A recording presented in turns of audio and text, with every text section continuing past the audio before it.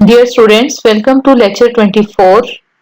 Last lecture में हमने while और डू वाइल को देखा था और उसके बाद आज हम देखेंगे नेस्टेड लूप और उसके साथ इसकी एक्सरसाइज को सॉल्व करेंगे।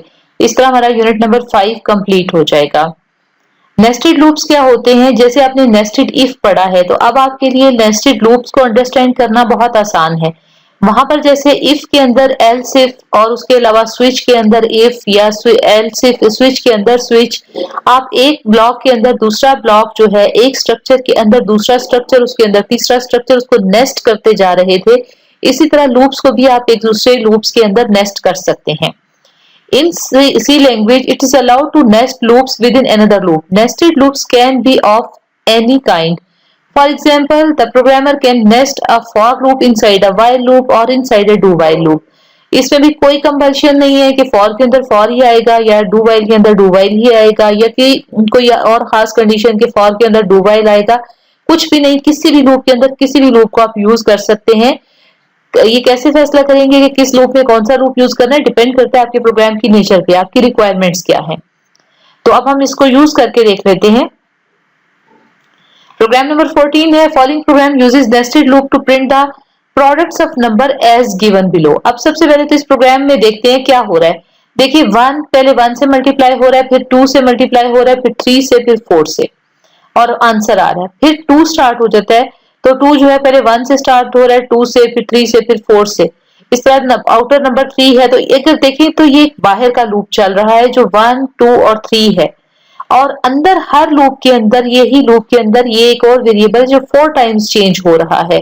तो आउटर लूप जो है वो आप कह सकते हैं 1 से 3 तक है और इनर लूप 1 से 4 तक है।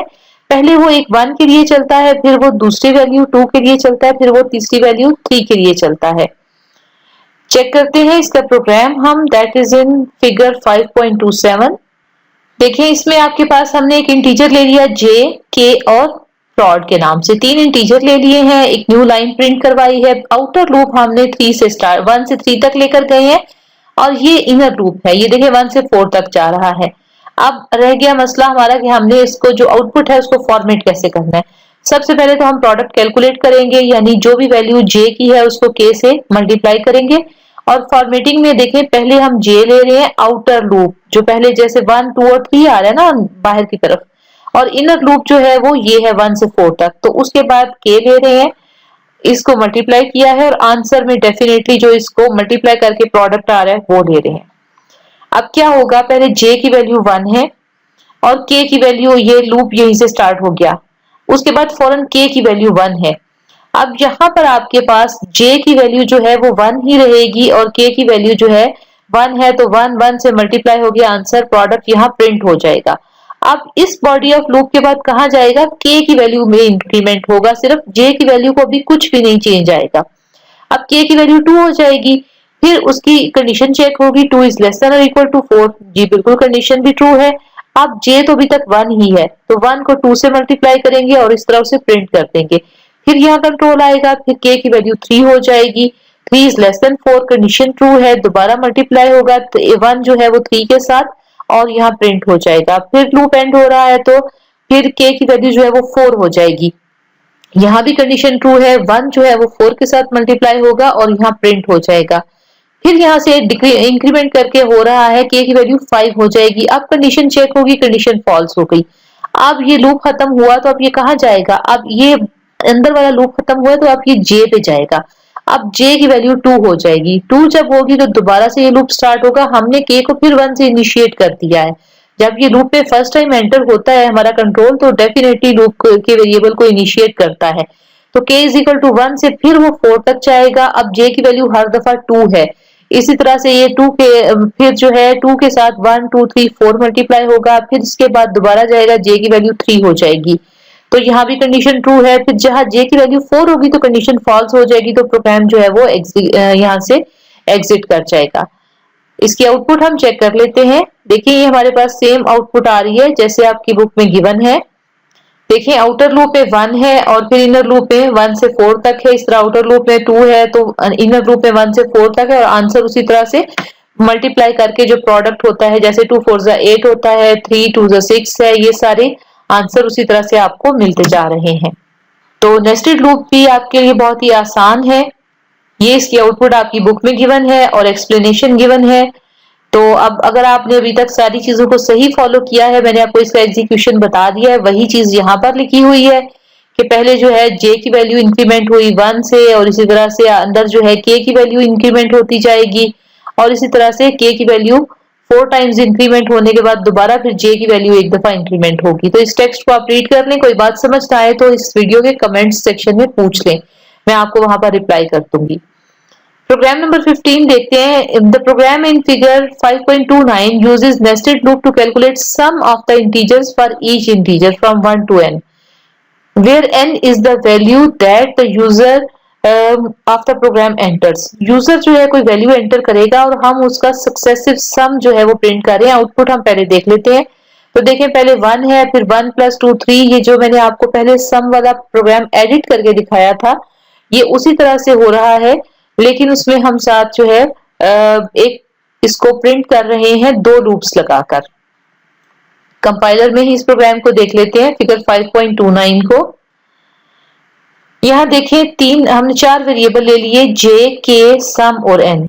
यूजर से कहा कि वो लिमिट एंटर कर दे कि कितने नंबर जो है वो उसने कहां तक इस लूप को चलाना है और उसके बाद यानी कहां तक उसको सम चाहिए। अगर वो यूजर 5 दे देता है तो पहले 1 और 1 का सम आएगा, फिर 1 और 2 का आएगा, फिर जो सम आ चुका है उसके अंदर 3 ऐड हो जाएगा, फिर उसके अंदर 4 ऐड हो जाएगा, उसके अंदर 5 ऐड हो जाएगा और ये सक्सेसिव सम प्रिंट होता जाएगा आपके पास और उसके बाद आपका जो है लूप जो है वो एग्जिट कर जाएगा। ये देखिए एक हेडिंग हमने प्रिंट कर ली है जिसमें एक \n किया, न्यू लाइन पे गए, एक टैब दिया, इंटीजर की हेडिंग दी, फिर 2 टैब दिए, फिर सम की हेडिंग दे दी। अब ये हमने एक दफा हेडिंग दे दी है। अब फॉर लूप आउटर हम स्टार्ट कर रहे हैं 1 से लेकर n तक, क्योंकि यूजर से हमने पूछा कि कितने नंबर्स का वो सम प्रिंट करवाना चाहता है। अब देखिए सम को हम 0 से इनिशिएट करवाएंगे, ये अब आपको अच्छी तरह से पता है क्यों करवाएंगे। तो उसके बाद दूसरा लूप स्टार्ट करेंगे। दूसरे लूप में क्या हो रहा है कि इनर जो वैल्यू k की है वो कहां तक जाएगी, j तक, क्योंकि अगर यूजर ने जो है वो आपके पास j की वैल्यू क्या है, j आपके पास आ रही है, पहले 1 होगा, फिर 2, फिर 3, फिर 4 एंड सो ऑन। तो जो भी आपकी वैल्यू j है और उसके अलावा यहाँ पर सम में वो ऐड हो जाएगी। फर्स्ट टाइम देखिए j की वैल्यू 1 है, k की वैल्यू 1 है, सम में ऑलरेडी 0 है, तो सम में क्या ऐड हो जाएगा, k की वैल्यू क्या थी 1 इसमें ऐड हो गया, सम में 1 आया, वो प्रिंट होके आ गया, तो ये दोनों जगह पे 1 1 आ जाएगा। अब यहां से इंक्रीमेंट हुआ तो k की वैल्यू 2 हो जाएगी। उसके बाद j में तो अभी भी हमारे पास आउटर लूप तो वही का वही है, लेकिन सम में हमारे पास ऑलरेडी 1 पड़ा है, उसमें 2 का ऐड हो जाएगा। उसके बाद इसी तरह से उसमें तो j की वैल्यू क्या थी आपके पास 1 थी, तो k की वैल्यू तो इंक्रीमेंट होकर 2 हो चुकी है, तो ये कंडीशन फॉल्स हो जाएगी, तो आपका कंट्रोल बाहर चला जाएगा। अब ये 2 पे आ जाएगा। अब j की वैल्यू 2 के लिए ये दोबारा 1 से स्टार्ट होगा और 2 तक जाएगा, फिर j की वैल्यू 3 के लिए ये 1 2 3 तक जाएगा, फिर j की वैल्यू 4 के लिए 1 2 3 4 तक जाएगा एंड सो ऑन। रन करके देखते हैं हम इसको, लेट से अपर लिमिट 5 दे देते हैं, तब देखें कि इसने 1 के अंदर प्रिंट ऐड किया 1। उसके बाद जब j की वैल्यू 2 हो गई तो अब ये 1 और 2 दोनों को ऐड करेगा। जब j की वैल्यू 3 हो गई तो अब ये यहाँ पर इसको रन करके साथ देखते हैं, j की वैल्यू 3 है तो ये 1 2 3 यानी पहले 1 को 1 में ऐड करेगा, सम हर दफा 0 हो रहा है, ठीक है। तो पहले जो है वो 1 में 1 ऐड करेगा तो आपके पास पहले 0 में 1 ऐड करेगा 1 आ जाएगा, फिर अगली दफा 2 ऐड करेगा 3 आ जाएगा, फिर तीसरी दफा 3 में 3 ऐड करेगा, एक 3 पिछला सम पड़ा है और एक 3 k की वैल्यू है, और उसके बाद उसमें 6 आंसर आ जाएगा। अब k जो है j चूंकि 3 था तो k की वैल्यू जो है वो j से एक्सीड नहीं कर सकती, इक्वल है तो चलेगा। अब k की वैल्यू 4 हो गई है और j की वैल्यू 3 है यहाँ पर, तो ये लूप से एग्जिट करके दोबारा चला जाएगा, j की वैल्यू 4 हो जाएगी। जब 4 के लिए आ रहा है तो वहां पर आप देखें कि पहले ये 1 के अंदर 1 0 के अंदर 1 प्रिंट करे, ऐड करेगा तो 1 आ जाएगा, फिर अगली दफा 2 ऐड करेगा तो 1 + 2 3 हो जाएगा, फिर उसमें 3 में 3 ऐड करेगा तो 6 हो जाएगा और 6 में 4 ऐड करेगा तो 10 हो जाएगा। जब आपके पास ये वैल्यू 10 हो गई, k की वैल्यू 4 हो गई, तो आपके पास j की वैल्यू आउटर 4 थी, तो उसके बाद जब k की वैल्यू 5 हो जाएगी इस लूप से एग्जिट करके बाहर चला गया। And so on. आप इसमें डिफरेंट जो है नंबर देकर देख सकते हैं, अकॉर्डिंगली आपके पास इसकी आउटपुट आ जाएगी। यहाँ पर इन्होंने जैसे 8 देकर दिया है, देखा है तो देखिए 5 तक उसका सम 15 ही था और उसके बाद जो है आगे वो इंक्रीज होता जा रहा है। अगर यहाँ पर आप वैल्यू जो है इसको 100 तक देके देखेंगे तो जो 100 वाला जो नंबर होगा उसका सक्सेसिव सम जो है आपने देखा था कि बल्कि नहीं, हमने तो उसमें ऑड नंबर प्रिंट किए थे, पूरा नहीं प्रिंट किया था। इसके साथ बहरहाल हमारा प्रोग्राम, ये चैप्टर जो है वो कंप्लीट हो जाता है। अब हम इसकी एक्सरसाइज को देख लेते हैं। लूप्स अगर आपको बहुत अच्छी तरह समझ में आ गए हैं तो डेफिनेटली ये एक्सरसाइज सॉल्व करना भी आपके लिए बहुत आसान होगा। फर्स्ट एमसीक्यू देखते हैं, which structure enable the programmer to execute a set of instructions repeatedly until particular condition is met. तो अब देखिए सिलेक्शन में तो इफ एल्स आता है, चॉइस जो है वो स्विच स्टेटमेंट थी, या इवन इफ में भी चॉइस आ सकती है।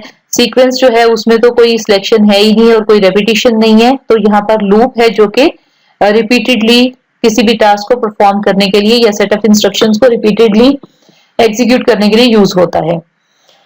सेकेंड एमसीक्यू है, which of the following is also called counter loop. ये हमने पढ़ा है, फॉर लूप को कहते हैं। Which of the following ends the multiple statement while loop. इसको गौर से आपने समझना है, मल्टीपल स्टेटमेंट्स हैं तो इसका मतलब है ब्रेसेस यूज हो रही हैं। अब कौन सी ब्रैकेट है, ओपनिंग या क्लोजिंग? तो राइट ब्रेसेस जो है वो बेसिकली क्लोज कर रही है। क्लोज आपसे पूछा गया ना कि एंड जो है वो किस चीज पे हो रहा है, तो वो राइट ब्रेस पर एंड होता है। फोर्थ एमसीक्यू है, which loop is used to execute a set of statements repeatedly for a fixed number of times. ये भी हमें पता है कि फॉर लूप यूज होता है, इसमें भी कोई मुश्किल नहीं है। नेक्स्ट एमसीक्यू देखें, which loop is used when it is required to execute loop at least once. तो बहुत सिंपल है, इसका आंसर भी आपके पास डू वाइल लूप है। फिर आपके पास है, which loop is preferred to use when the number of times of loop will execute is not known in advance. तो फॉर लूप तो किसी सूरत में यूज हो सकता, ठीक है। तो अगर आपके पास पहले से आंसर गिवन नहीं है, पहले से मौजूद नहीं है, तो नेस्टेड लूप का भी इससे कोई ताल्लुक नहीं है, तो आप इसमें वाइल लूप यूज कर सकते हैं। नेक्स्ट क्वेश्चन है, in which loop condition is placed at the end of the, जो है आप कह लें कि एट द एंड यानी बॉडी के बाद जो है वो किसमें हो रही है, डू वाइल में। तो इसका आंसर है B, at the end of body लिखना चाहिए था, पूरा सेंटेंस नहीं है। नंबर 8 है हमारे पास, what is the pass through a loop is called. तो लूप का जो एक पूरा पास, हम एक जो चक्कर एक तरह से कह लें उसका कंप्लीट करते हैं, उसको हम एक आइट्रेशन कहते हैं। नंबर 9 है, which of the following should be placed at the beginning and and of the loop if it consist of more than one statements. तो ये हम काफी दफा यूज करके आ रहे हैं, ब्रेसेस यूज होती हैं, करली ब्रेसेस हैं। शॉर्ट क्वेश्चंस देख लेते हैं। पहला शॉर्ट क्वेश्चन है, differentiate between for loop and while loop. तो फॉर लूप और व्हाइल लूप को डिफरेंशिएट अब आपने खुद करना है। जो आपको टेबुलर फॉर्म में गिवन है वो व्हाइल और डू व्हाइल का डिफरेंस है। पहले मैं आपको एक्सप्लेन कर देती हूँ दोनों में क्या डिफरेंस है। फॉर लूप में नंबर ऑफ आइट्रेशंस हमें पहले से मालूम होती हैं, व्हाइल लूप में हमें पहले से मालूम नहीं होती हैं। उसके अलावा फॉर लूप जो है उसमें को आप रन टाइम पे स्टॉप नहीं कर सकते, जबकि व्हाइल लूप जो है उसका डिसीजन रन टाइम पर होगा। उसके अलावा फॉर लूप में इनिशियलाइजेशन, इंक्रीमेंट, कंडीशन सब कुछ एक ही जगह पर गिवन है, जबकि व्हाइल में ऐसा कुछ नहीं है। व्हाइल में सिर्फ कंडीशन है और बॉडी ऑफ द जो है लूप है। तो ये कुछ मेजर आपके पास 2-3 डिफरेंस हो गए, ये आप इस तरह से पॉइंट्स में राइट कर लेंगे। उसके अलावा आप जाके इसमें बुक में जहां पर आपको ये फॉर लूप के बारे में इनिशियली गिवन है उसकी डेफिनेशन वगैरह, उसमें आप एक पॉइंट में उसका सिंटेक्स ले लेंगे पेज 93 से। तो देखिए पेज 93 पे ये सिंटेक्स जैसे गिवन है, यहां से आप फॉर का सिंटेक्स ले लेंगे और उसी तरह से आप दूसरा सिंटेक्स आपको चाहिए यहाँ पे व्हाइल लूप का, तो जहां व्हाइल गिवन है वहां से आप व्हाइल का सिंटेक्स ले लेंगे। That is on page 101। तो आप इसको इस तरीके से अटेम्प्ट कर सकते हैं। तो ये आपके 3 पॉइंट्स मैंने आपको अलग से बता दिए हैं, उनको आप राइट डाउन कर लें और इसी तरीके से आप ये एक पॉइंट में इनका सिंटेक्स दे दें, तो 4 पॉइंट्स आपके पास डिफरेंशिएट के हो जाते हैं। That is enough for a short question. इस तरह differentiate between while loop and do while loop, ये तो आपको बना बनाया बुक में ऑलरेडी गिवन है। ये पेज 105 पे टेबुलर फॉर्म में गिवन है, तो आप इसको इस तरीके से जो है वो अटेम्प्ट कर लेंगे इस टेबल को, और इसी के पैटर्न पे आप पहले वाले क्वेश्चन को भी खुद से कर सकते हैं। थर्ड पार्ट है what will be the output of following code. अब इस कोड को हम एग्जीक्यूट करके देखते हैं। कोड को जब भी आपने एग्जीक्यूट करना है, आपने वेरिएबल्स की वैल्यू साथ साथ लिख लेनी है।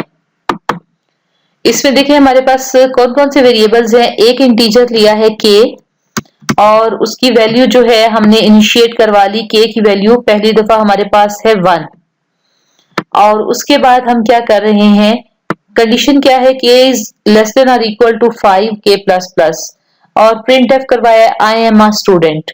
तो क्या होगा, k की वैल्यू 1 के लिए ये प्रिंट होगा। इसी तरीके से फिर k की वैल्यू जो है वो आपके पास नेक्स्ट टाइम 2 आ जाएगी, एंड नेक्स्ट टाइम 3, 4 एंड 5, और इस तरीके से 5 टाइम्स ये स्टेटमेंट प्रिंट होगी। एक दफा आपके पास ये गुड बाय प्रिंट होगा। तो आपके पास एक्चुअली आंसर में आप क्या लिखेंगे, आई एम अ स्टूडेंट। ये स्टेटमेंट आपकी आ जाएगी 5 टाइम्स, और ये 5 टाइम्स आ गई। उसके बाद आपके पास आंसर नीचे लिखा आएगा कैपिटल में गुड बाय। तो ये आपके पास इस प्रोग्राम की आउटपुट आएगी। ये ऊपर जो वैल्यूज है वेरिएबल की, ये वैसे ही मैंने लिखी थी। इसके कि हमारे पास इसमें आपने आउटपुट में नहीं बताना। बेसिकली ये आपका प्रोसीजर होता है जो आप ट्राई रन करने के लिए यूज करते हैं। अब हम क्वेश्चन नंबर 2 के पार्ट 3 को यहाँ पर एग्जीक्यूट करके देख लेते हैं, जो बुक में हमने सॉल्व किया है। ये एज इट इज वही प्रोग्राम हमने टाइप किया हुआ है। इसको रन करते हैं और देखते हैं कि आउटपुट वही आई है। तो देखिए वही आउटपुट है जो मैंने आपको ड्राई रन करके यहाँ दिखाई है। इसके बाद हम आ जाते हैं नेक्स्ट क्वेश्चन पे। इसमें देखिए आपके पास what will be the output of the following code. तो इसमें इंटीजर जो है वो n लिया है सबसे पहले, और n की वैल्यू जो है वो 30 से इनिशियलाइज करवाई है, और उसके बाद n की वैल्यू जो है वो सबसे पहले आपके पास 30 जो है वो प्रिंट होके आ गई है एज इट इज। उसके बाद उसमें n-5 हुई, तो वैल्यू जो है 30 - 5 25 आ गया, और उसके बाद 25 प्रिंट हो जाएगा। फिर 25 जो है आपके पास ग्रेटर देन 10 है, तो डेफिनेटली 25 प्रिंट होगा। एक और डिक्रीमेंट होगा, 20 वैल्यू हो जाएगी, ये ग्रेटर देन 10 है, ये भी प्रिंट हो जाएगा। फिर उसके बाद एक और डिक्रीमेंट होगा, 15 वैल्यू हो जाएगी, ग्रेटर देन 10 है, वो भी प्रिंट हो जाएगा। एक और डिक्रीमेंट होगा 5 का, वैल्यू 10 आ जाएगी, ये भी प्रिंट हो जाएगा। उसके बाद डिक्रीमेंट होगा तो वैल्यू 5 आ जाएगी। 5 इज ग्रेटर देन 10, ये कंडीशन फॉल्स हो जाती है, लूप एग्जिट कर जाएगा। इसके प्रोग्राम को भी रन करके इसको हम कंपाइलर में भी चेक कर लेते हैं। ये देखिए यही प्रोग्राम है, हमारे पास 30 से स्टार्ट किया है। इसको एग्जीक्यूट कर लेते हैं। तो ये देखिए 30, 25, 20, 15 एंड 10। नेक्स्ट प्रोग्राम देखते हैं, find the error in the following code. इसमें एरर्स कौन कौन से हैं देखते हैं। 2 वेरिएबल डिक्लेयर किए हैं, k और a को 3 से इनिशियलाइज कर दिया, k को 1 से, कोई मिस्टेक नहीं है। यहाँ पर एक सेमीकोलन होना चाहिए, इंटीजर k और a के बाद एक सेमीकोलन मिसिंग है, पहली मिस्टेक मिल गई। उसके बाद व्हाइल लूप स्टार्ट करवाया, k इज लेस देन 10, तो आपको पता है लूप के बाद सेमीकोलन नहीं आता, तो ये सेमीकोलन यहाँ से आप हटा दें। अब ब्रेसेस भी आप देखें, देखने से पता चल रही है ये स्क्वायर ब्रैकेट्स यूज हुई हैं, जबकि हमें करली ब्रैकेट्स यूज करनी है। तो ये 1 यहाँ पे एक सेमीकोलन मिसिंग है, 2 यहाँ सेमीकोलन एक्स्ट्रा है, 3 ब्रेसेस जो है ना वो आपके पास डिफरेंट टाइप की है, उनको चेंज करना है। अब प्रिंट एफ में देख लेते हैं, परसेंटेज एफ है, तो ये हमने तो इंटीजर लिए हैं, तो इसलिए ये फ्लोटिंग पॉइंट नहीं करेंगे, हम इनको परसेंटेज डी कर लेंगे दोनों को। और फिर जो भी कैलकुलेशन हो रही है डेफिनेटली उसमें कोई मिस्टेक की हम बात नहीं कर सकते, कैलकुलेशन कुछ भी हो सकती है, अनलेस के उसमें कोई डिवीजन बाय 0 या कोई इस तरह की एक्सेप्शन रेज हो रही हो, तो फिर हम कैलकुलेशन पे कोई ऑब्जेक्शन कर सकते हैं। अदरवाइज ये कुछ कैलकुलेशन है, पहले k की वैल्यू आ जाएगी, फिर k को मल्टीप्लाई करके 3 से -1 करके वैल्यू आ जाएगी, और k में 2 का इंक्रीमेंट हो रहा है, तो ये आपके पास जो है पहले k की वैल्यू 1 के लिए चलेगा, इसी तरीके से फिर 3 के लिए, फिर 5 के लिए, फिर 7, फिर 9 के लिए। तो ये इस तरह 5 टाइम्स आपके पास इसकी आउटपुट आ जाएगी। इसका कोड भी हम एग्जीक्यूट करके चेक कर लेते हैं। क्वेश्चन नंबर 2 का पार्ट 5, ये इसका कोड है। इसमें मैंने ये करेक्शन कर दी। देखिए यहाँ सेमीकोलन लगा दिया, यहाँ से हटा दिया, ब्रैकेट्स ठीक कर दी और यहाँ परसेंटेज डी लगा दिया। रन करके देखते हैं तो ये देखिए 5 टाइम्स हमारे पास ये कुछ कैलकुलेशन प्रिंट होकर आ गई है। अब अगर हम यहाँ पर सपोज के हम ये वाली चीज अगर कहते हैं कि क्या परसेंटेज एफ जो है उससे क्या होता, उसको भी चेक कर लेते हैं कि अगर हम यहाँ परसेंटेज डी नहीं करेंगे तो क्या होगा। परसेंटेज एफ के साथ इसको रन करके देख लेते हैं तो देखिए सारा 0 0 आ रहा है, कोई कैलकुलेशन परफॉर्म नहीं हो रही। इट मीन्स के आपने यहाँ पर ये चेंजेस भी करने हैं। नेक्स्ट प्रोग्राम देख लेते हैं। क्वेश्चन नंबर 2 का पार्ट 6 है, convert the following for loop into while loop. अब इसको आप इसमें क्या हो रहा है, इंटीजर के लिया है और के को 25 से इनिशियलाइज करवाया है, रिवर्स में लूप लगाया है और उसमें 3 का डिक्रीमेंट हो रहा है। तो पहले 25 प्रिंट होगा, उसमें से 3 माइनस होगा तो 22 प्रिंट होगा, फिर 3 माइनस होगा तो 19 प्रिंट होगा एंड सो ऑन। पहले एज इट इज इसको रन करके देख लेते हैं। ये हमारे पास लूप है, एज इट इज इसको रन करते हैं तो देखिए 25, 22, 19, 16, 13, 7 के बाद क्या होगा, अगला डिक्रीमेंट होगा 3 का तो वैल्यू 4 हो जाएगी। तो 4 इज नॉट ग्रेटर देन 5 तो कंडीशन फॉल्स होगी और एग्जिट कर जाएगा। अब इसको हमने कैसे कन्वर्ट करना है व्हाइल लूप में। इसमें देखिए कि k is equal to 25 initialisation वैसे की वैसे ही रहने देनी है आपने, इसको यहीं पर हम चेंज कर लेते हैं। यहाँ इस फॉर को आप खत्म कर दें, डिलीट कर दें, इनिशियलाइजेशन वहीं की वहीं रहेगी। ये जो कंडीशन है ये व्हाइल में आ जाएगी। इसके गिर्द आप ब्रैकेट्स लगा दें, k इज ग्रेटर देन 5, ये मैं इसको यहां से इरेज कर देती हूँ।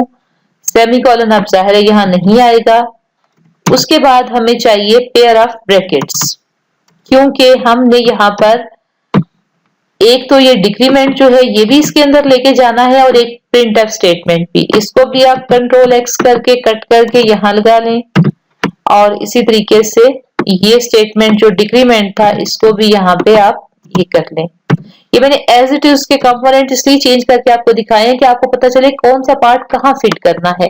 अब आपको पहले वाले प्रोग्राम की आउटपुट याद है तो हम इसको इस प्रोग्राम को जो मॉडिफाइड है इसको भी रन करके देखते हैं। तो देखिए आपके पास क्या आउटपुट वही आ रही है 25 से 7 तक। इट मीन्स कि आपका प्रोग्राम जो है ये ठीक मॉडिफाई हो गया। एक दफा फिर चला के देख लें, वही आपके पास आउटपुट आ रही है।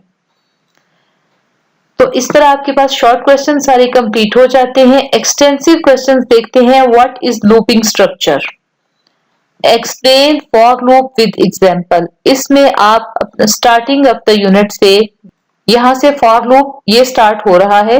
क्वेश्चन को फिर देख लेते हैं। What is looping structure, explain for loop with example. तो लूपिंग स्ट्रक्चर आप यहां से बताएंगे। लूपिंग स्ट्रक्चर क्या होता है, अ लूप इज अ स्टेटमेंट, ये वाला आप यहां तक लिख लें रिक्वायर्ड तक, और उसके बाद फिर आपने फॉर लूप को बताना है।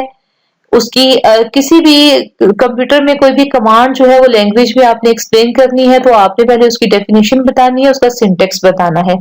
फिर आप उसके बाद ये सारा, चूंकि लॉन्ग क्वेश्चन है तो आप इसमें ये सारा लिखेंगे और यहां तक इसको करेंगे बिकम फॉल्स तक।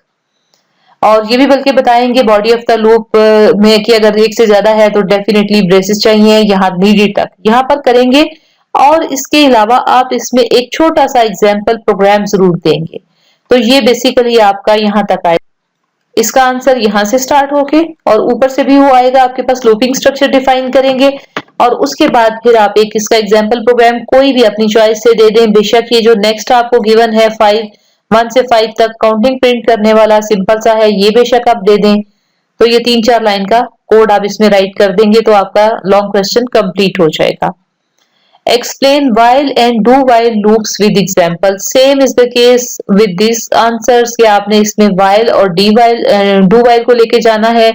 while में भी आप पहले उसकी स्टेटमेंट बताएंगे, ये उसकी डेफिनेशन, उसका सिंटेक्स, उसकी एक्सप्लेनेशन, और ये सारा लिखने के बाद यहाँ used तक आप लिखेंगे और उसके बाद ये ब्रेसेस मस्ट बी यूज्ड और उसके बाद एक सैंपल इसका प्रोग्राम।